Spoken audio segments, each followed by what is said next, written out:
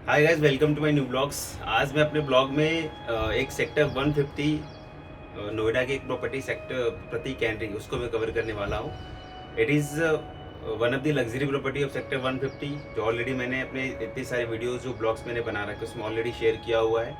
But आज जो property में प्रतीक कैंड्री एक प्रोजेक्ट है सेक्टर 150 का, उसको मैं कवर करूँगा। उसकी पूरी डिस्क्रिप्शन साइजेस से लेके एमिनिटीज़ तक। मेजर जो मेरी प्लानिंग थी इस वीडियोज़ को शूट करने की वो ये थी कि इस प्रॉपर्टी की पूरी यूएसपी आपको मैं शेयर कर दूं कि ऐसी वो कौन से फैक्टर्स है, कौन से पॉइंट्स है जो कहीं ना कहीं इस प्रॉपर्टी को दूसरे प्रॉपर्टी के कंपैरिजन में डिफर करता है। तो सबसे स्टार्टिंग में मैं ब्रीफ कर देता हूँ। ये लगभग 12.5 एकड़ की पूरी प्रॉपर्टी है। 12.5 एकड़ में टोटल 650 अपार्टमेंट है। तो कहीं ना कहीं जो पर एकड़ नंबर ऑफ यूनिट्स की मैं बात करूँ तो लगभग 50 से 52-53 यूनिट्स पर एकड़ के आसपास की आती है, जो कहीं ना कहीं one of the load in sector जो अथॉरिटी की प्लानिंग है उसको पूरा का पूरा फुलफिल करता है।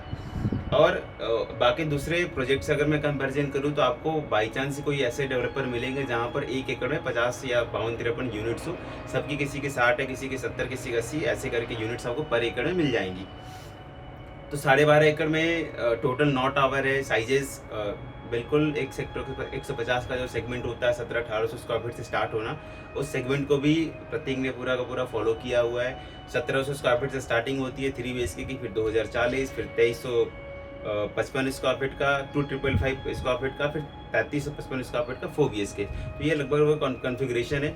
एक सबसे बड़ा प्लस पॉइंट है कि अगर आप कोई भी साइज इसमें 2000 स्क्वायर फीट एंड ऑनवर्ड्स में जाते हैं तो उसकी सारी की सारी जो फेसिंग होती है वो इनसाइड की होती है। इनसाइड मतलब जो डेवलपर का इनसाइड पार्क फेसिंग होता है। एक सबसे अच्छी यूएसपी की मैं बात करूं कि इस जो प्लॉट है प्रतीक कैंडी का, ठीक इसके बगल का जो प्लॉट है वो गोल्फ कोर्स का है। एज पर अथॉरिटी का वो पूरा लैंड है गोल्फ कोर्स का।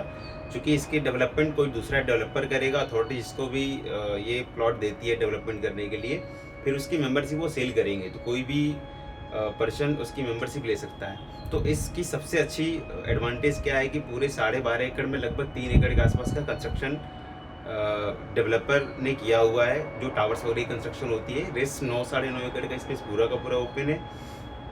ठीक इसके बगल की जो लैंड है लगभग 23-24 एकड़ का आपका गोल्फ कोर्स है, तो वो भी इसके बिल्कुल लगा हुआ प्लॉट है। तो कहीं ना कहीं एक ओपन स्पेस की बात करूँ तो 23 एकड़ का आसपास का आपका गोल्फ कोर्स हो गया, 12.5 एकड़ का वो हो गया। तो 35-36 एकड़ में केवल 3 एकड़ के आसपास, 3-3.5 एकड़ के आसपास का कंस्ट्रक्शन आपको मिलेगा। रेस्ट ये सारा का सारा ओपन स्पेस है।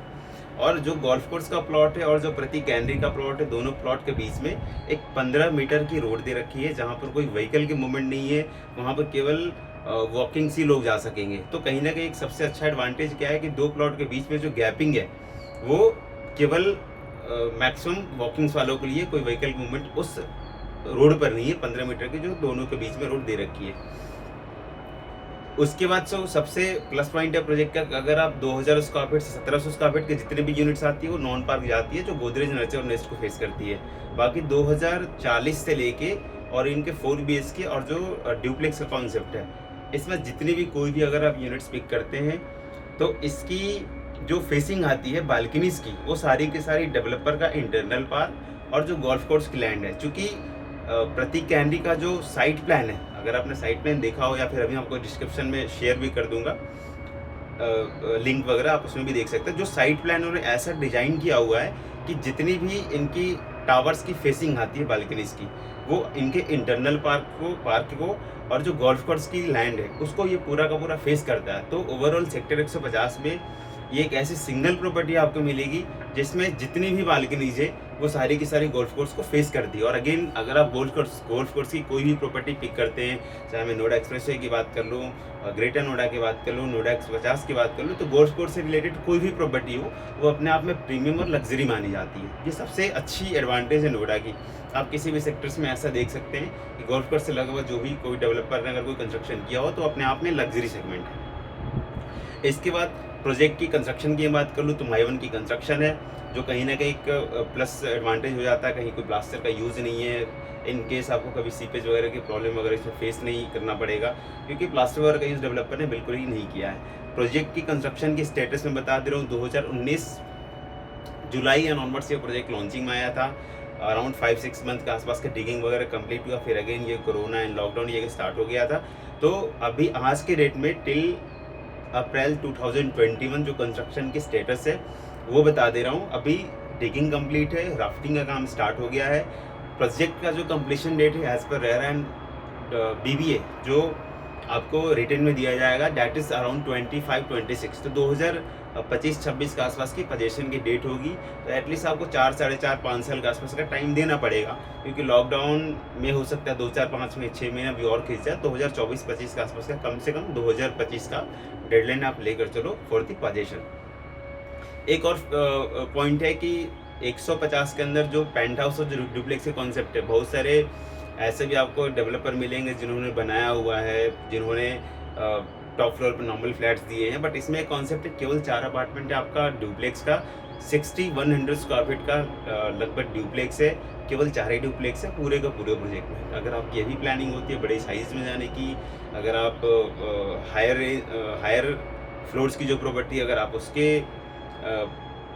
उसको पसंद करते हैं तो 60-100 स्क्वायर फीट का डुप्लेक्स अच्छा कॉन्सेप्ट है। साइजेस बहुत ही डिसेंट है, बेडरूम से लेके किचन से लेके आपके वॉशरूम तक, तो आप उसको प्रेफर कर सकते हैं।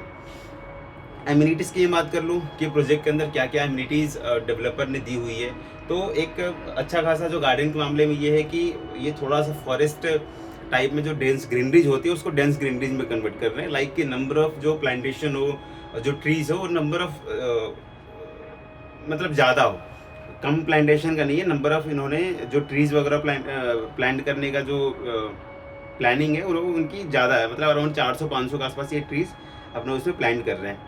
दूसरा जो क्लब हाउस है वो लगभग 30,000 स्क्वायर फीट का क्लब हाउस है, 2.5 स्टोरी का, जिसके अंदर आपकी जितनी भी फैसिलिटीज़ होती हैं, जैसे आपका एडल्ट पूल हो गया, किड्स पूल हो गया, इसके बाद पार्टी लॉन हो गया, नंबर ऑफ आपकी स्पोर्ट्स से रिलेटेड भी जो एमिनिटीज़ होती है जो विद इन क्लब हाउस होती है, वो सारी की सारी आपको विद इन क्लब हाउस दे रहे हैं। अपार्ट फ्रॉम डेट जो स्पोर्ट्स जोन से रिलेटेड है, जो भी स्पोर्ट्स की एमिनिटीज़ दे रहे हैं, उसमें आपका हाफ फुटबॉल ग्राउंड हो गया, बास्केटबॉल कोर्ट हो गया, वॉलीबॉल कोर्ट हो गया, क्रिकेट प्रैक्टिस की पिच दे रहे हैं, उसके बाद टेबल टेनिस हो गया, jogging track, tennis court, badminton court. ये नंबर ऑफ स्पोर्ट्स की एमिनिटीज़ है जो कि आपको विद इन सोसाइटी मिल रहा है। एक कमर्शियल कॉम्प्लेक्स भी जो कि आपके बिल्कुल क्लब हाउस के साथ में लगा हुआ है। तो कोई भी बेसिक चीज़ों की अगर आपको कुछ शॉपिंग वगैरह करनी हो तो you can go in that commercial zone, जहाँ आप बिल्कुल आपके क्लब हाउस के साथ में ये लगा हुआ है विद इन कैंपस।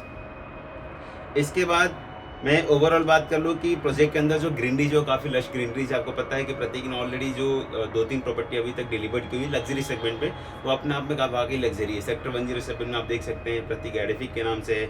इसके बाद प्रतीक के नंबर ऑफ डिलीवर्ड से तो एक ट्रैक रिकॉर्ड भी डेवलपर का काफ़ी अच्छा है। तो 150 में अगर आप लश ग्रीनरीज, गोल्फ कोर्स से रिलेटेड लगी हुई प्रॉपर्टी और माई-वन कंस्ट्रक्शन में अगर आप जाना चाहते हैं, वो भी एक एवरेज बजट में, लाइक जो पर स्क्वायर फीट कॉस्ट भी है ऐसी प्लॉट्स की कहीं ना कहीं 1000-1500 महंगी होती है, बट आज के रेट में जो कॉस्टिंग है वो कहीं ना कहीं जेन्युइन है। 5000 से 5500 के आसपास की लगभग कॉस्ट जाती है, depending on your payment terms. Payments अगर आप ज़्यादा करते हो ऑब्वियसली कॉस्ट और भी कम हो जाएगा, बट 5500 के आसपास का एक एवरेज कोटेशन जाता है। बाकी पेमेंट्स प्लान आप कोई भी सिलेक्ट करते हो उसके हिसाब से प्राइसिंग ऊपर नीचे वो जा सकते हैं। तो ओवरऑल हमारी प्रोजेक्ट की जो मेजर यूएसपी थी, क्यों जाना चाहिए, क्या फैसिलिटीज़ है, वो सारी की सारी चीज़ें मैंने आपको इस अपने वीडियोज़ में कवर कर ली।